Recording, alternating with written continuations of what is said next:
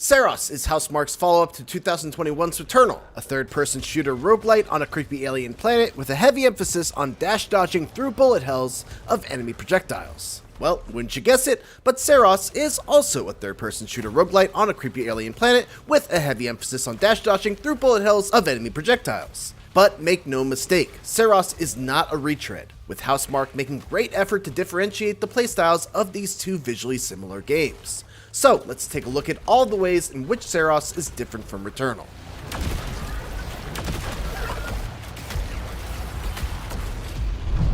The big gameplay pillar that supports Saros' combat and everything else around it is the shield. By holding down the right bumper, lead character Arjun Devraj will pull up a projectile absorbing shield. While Celine's only defense against bullets was dodging around them or through them, Arjun can hold his ground and just pull up a shield to absorb blue and eventually yellow bullets.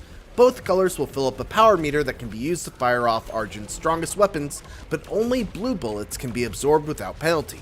Sucking in yellow bullets will take on some corruption that will temporarily reduce Arjun's max life. As with most design decisions in Saros, it all comes down to risk versus reward. Do you simply get out of the way of those yellow bullets, or do you absorb them to fill your power meter at the risk of having to go through the next few combat encounters with a dramatically diminished life bar? The addition of the shield makes it so that enemies can get a little crazier with their attacks, so expect bullets to come faster and in much larger quantities in Saros compared to Returnal. And always have your finger hovering over the shield button to bring it up on a split second's notice. Consumables were a powerful tool of Celine's that allowed her to use single-use boons that could be used to turn the tides of a combat encounter, either by instantly clearing out all turrets, giving a large burst of healing, or instantly removing all malfunctions. That's no longer the case because in Saros, all consumables are gone.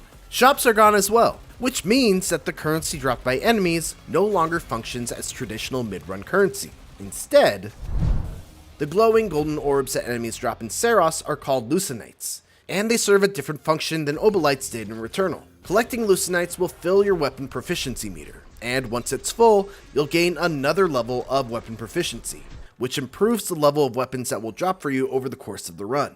Higher level weapons drop with higher stats, and just as importantly, more randomly assigned weapon traits that can dramatically affect the strength of the weapon. After a run, you take either all or a portion of your Lucinite back with you to your home base, the Passage, and can spend it on the armor matrix to further improve your character with permanent enhancements.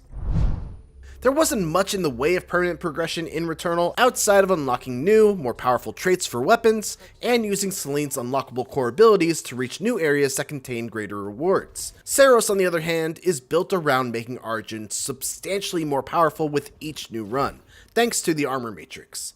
In between runs, you can talk with the AI, primary, to spend your collected Lucinite to work your way up a massive skill tree, with the small upgrades granting you minor increases to your 3 core stats and more bonuses at the start of each run, while the larger and more run-defining upgrades require a rare resource known as Halcyon. Each tier on the skill tree is blocked by a node that requires you to beat the next big boss in order to unlock it, so there's a steady stream of new unlocks waiting for you at every milestone. Returnal's method of handling health restoration was a little unique in that if you picked up either a resin or a health restorative while you were at full health, it would fill a bar on the side of your health meter, and if you filled 3 of those bars, you'd get a maximum health increase, giving players even more of an incentive to not get hit. While you no longer get a maximum health boost, you do get a small amount of Lucinite whenever you pick up a health restorative while at full health. And one of the major rewards that you can find on a run are max health power-ups. So there is still a way to increase your max life, it just isn't tied to filling up a meter by collecting health restoratives while at max health or resins. In Returnal, alternate fires were part of the randomly assigned traits of a weapon, but in Saros, they are static, with each weapon having its own unique alternate fire. The Horde shotgun, for example, will always have the alternate fire of flipping its bullet spread vertically instead of horizontally, while the Stalwart shotgun will always have pellet wall as its alternate fire. Power weapons, however, can be found and swapped much like regular weapons, giving you access to either an AoE focused rocket, a rapid fire machine gun like weapon that excels at dealing damage over time, or a single target sniper shot that's designed to deal extra damage when shot at an enemy's weak point.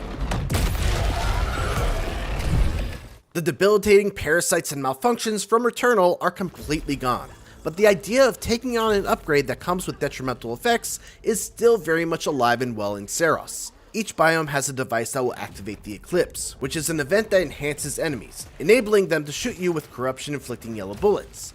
But more substantially, it causes all of the artifact rewards to become corrupted artifacts that give enhanced boons, but also come with detrimental corruption effects. These effects can be cleansed only by defeating that biome's overlord. In Returnal, you could stack extra lives through a combination of finding extra life granting artifacts, like the astronaut figurine or the child's watch, activating a reconstructor, which would create a respawn point for you, and slapping on a life-saving parasite. In Saros, you only get 1 second chance, and that's it. This second chance can be restored by completing optional challenge rooms called Nightmare Strands, but you can never have more than 1 extra life at a time. One of the biggest changes in Saros over Returnal is the addition of a Hades-like difficulty customizer known as the Carcosan modifier. Much like Hades' Pact of Punishment, the Carcosan modifier allows you to turn on difficulty mods that will either help or hinder you on a run. The key is that you must strike a balance between the helpful mods and the detrimental ones. So, for example, if you wanted to go into a run and deal more damage to enemies, you can max out the damage enhancement mod, which will move the needle 7 points to the left.